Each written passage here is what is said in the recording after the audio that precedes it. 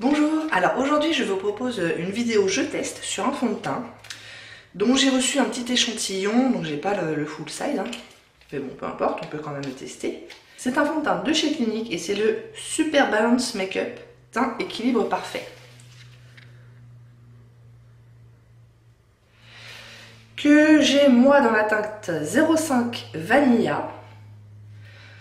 J'espère que ça va aller, on verra. En général, les teintes comme ça dans les fonds de teint en échantillon, ça peut passer sur ma teinte d'été, pas du tout sur ma teinte d'hiver. Là, j'ai pris des couleurs quand même dernièrement, donc j'espère que ça va passer, on verra bien. Sinon, on fera abstraction de la couleur et on s'occupera de la formulation. Alors, quand même, je me pose la question. Donc la teinte, c'est 05 Vanilla, mais vous voyez qu'après, il y a écrit MFG. Et ça, je sais pas ce que ça veut dire. On verra si je trouve la réponse sur internet. Ça nous dit aussi que c'est pour les types de peau de sèche à mixte. Donc quasiment tous les types de peau. Je pense que ça irait pas trop pour les extrêmes, c'est-à-dire très très sec ou très très gras. Mais voilà. Alors là-dessus, ça nous dit soumis à des tests d'allergie 100% sans parfum, hydrate les zones sèches et contrôle le sébum.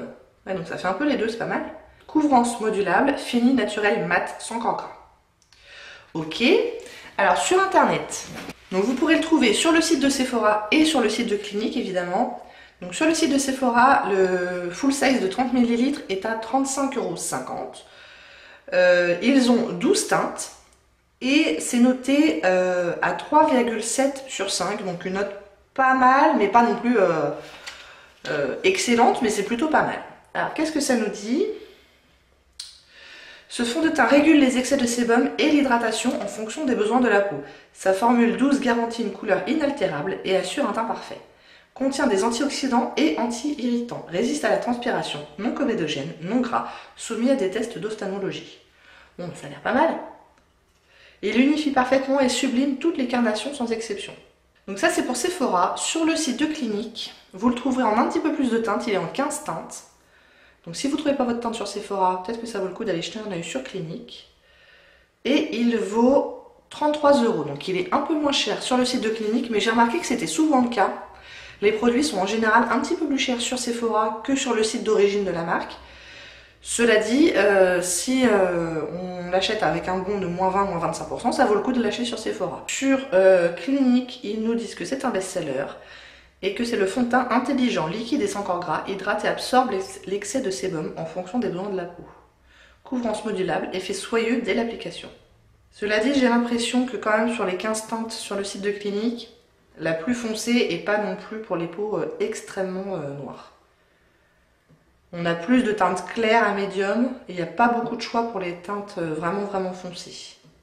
Par contre pour les teintes claires, là allez-y, je pense que vous trouverez votre bonheur. Ah, il est actuellement indisponible sur le site de Clinique, mais pas sur le site de Sephora, je ne crois pas. Ah si, il y a une teinte indisponible, mais les autres c'est bon. Bon, bah on va le tester. Donc je vais les tester sur mon visage, évidemment. La moitié, je vais l'appliquer avec un pinceau, l'autre moitié avec une éponge. En l'occurrence, ça sera l'éponge de Real Techniques. Donc là, j'ai seulement le visage propre et hydraté. J'ai pas mis de primer et je n'en mettrai pas pour voir comment fonctionne le fond de teint tout seul, quoi. Et du coup, dans la même idée, je ne mettrai pas de spray fixant de maquillage. Donc c'est parti, j'ouvre. C'est foncé. Alors, la consistance du truc. Ouais, c'est assez liquide. C'est assez fluide. Oh! Ouais, je sais pas. On va voir.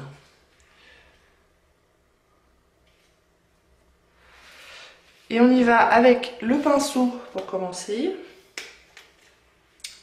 Moi, clairement, c'est le pinceau que je préfère en règle générale. Mais c'est vrai qu'en fonction des fonds de teint, des fois, l'éponge donne un meilleur résultat.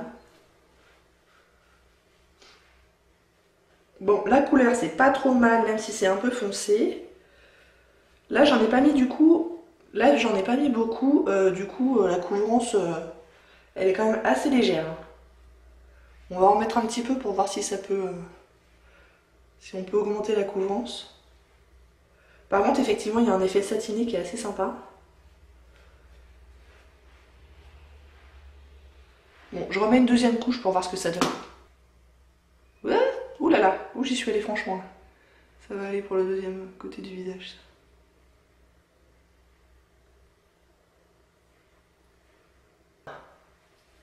Deuxième couche.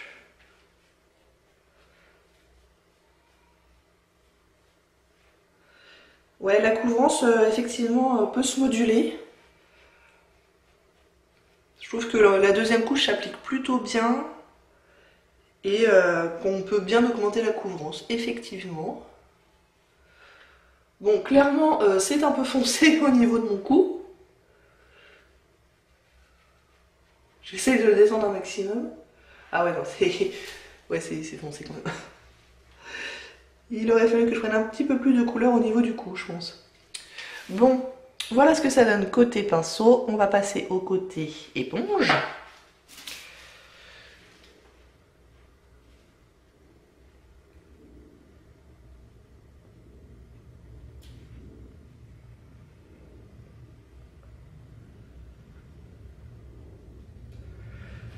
Bon bah au niveau de la couleur, c'est toujours trop foncé, hein. Il n'y a pas de miracle. Par contre, je trouve que la couvrance est pas mal. En général, l'éponge a tendance à diminuer la couvrance du fond de teint. Mais là, je trouve que c'est pas mal.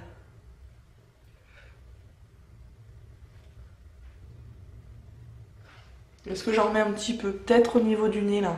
Encore un peu de rougeur à ce niveau-là. Je vais en remettre un chouille.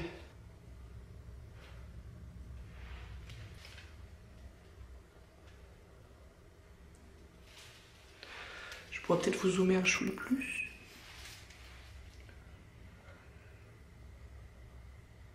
Bon, alors, qu'est-ce que ça donne? En dehors de la couleur.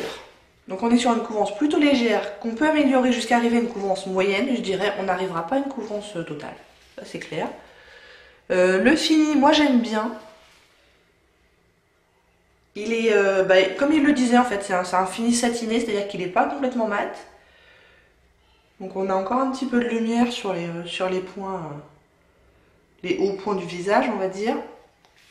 Mais il n'est pas non plus glowy. Ouais. Au toucher, il est plutôt agréable. Là, il a quasiment fini de sécher. Et ça va être également un toucher satiné, je dirais. Dans les pores du nez, il se comporte plutôt bien. C'est-à-dire qu'il n'accentue pas du tout les pores du nez. Donc ça, j'apprécie. C'est un problème que j'ai assez régulièrement. Jusque là, j'aime plutôt le fond de teint. J'aime bien le fini. Je pense que c'est à réserver quand même à ceux qui n'ont pas de gros problèmes d'imperfection parce que ça les couvrira pas. Et là, ici, à mon spot, clairement, il n'est pas couvert. Mais ça a bien unifié le teint et le fini est plutôt joli. Donc, pour l'instant, j'ai plutôt tendance à valider. Je reviendrai vous voir quand j'aurai fini mon maquillage et je ferai aussi un dernier point en fin de journée pour voir cette histoire de contrôle de sébum, est-ce que ça a vraiment marché ou pas. Mais pour l'instant, je vais finir mon maquillage et je reviens. Donc voilà, j'ai fini mon maquillage. Alors j'ai été assez soft. Je n'ai pas mis de correcteur sur mon nez, exprès pour qu'on voit vraiment le fond de teint et uniquement le fond de teint.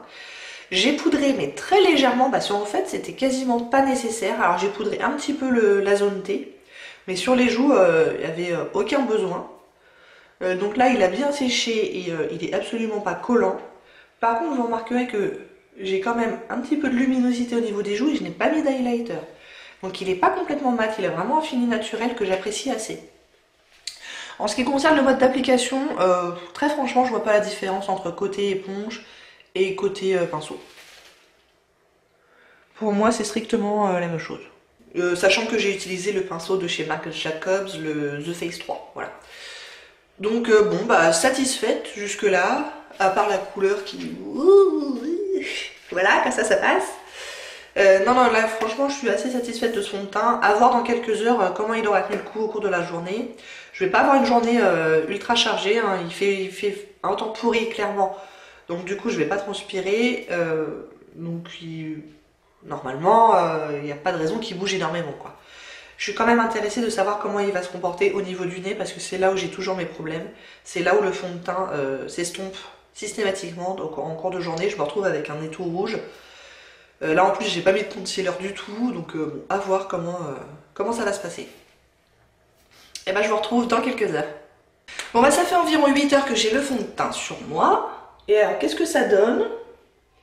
Bah je suis plutôt agréablement surprise, on va dire.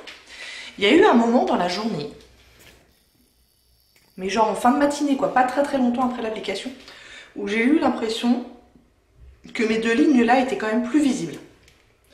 Mais cette impression n'a pas tout à fait disparu, mais en tout cas elle s'est pas aggravée depuis. Donc j'irai pas jusqu'à dire que le fond de teint vient se collecter dans les lignes, mais je les trouve un petit peu plus visibles que d'habitude.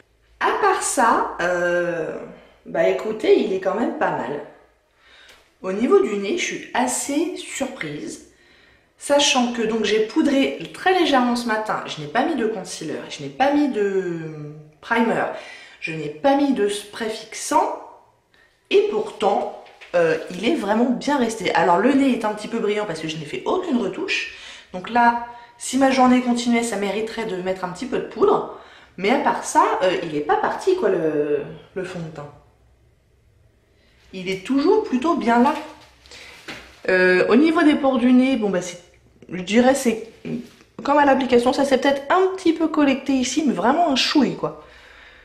Mais par contre, il fait pas ressortir du tout les pores du nez à ce niveau-là. Voilà, le blush est toujours bien là. Bon bah les imperfections qui n'étaient pas couvertes, bon bah elles sont toujours pas couvertes, hein, ça, pas de surprise là-dessus. Mais j'ai l'impression que c'est quand même pas mal. C'est pas mal. Si je devais lui donner une note sur 10, ça serait peut-être, je sais pas, quelque chose comme du 7 sur 10. Parce que le prix est pas excessif, on va dire. C'est du prix moyen, quoi, pour du fond de teint de chez Sephora ou de chez Clinique. La tenue est bonne.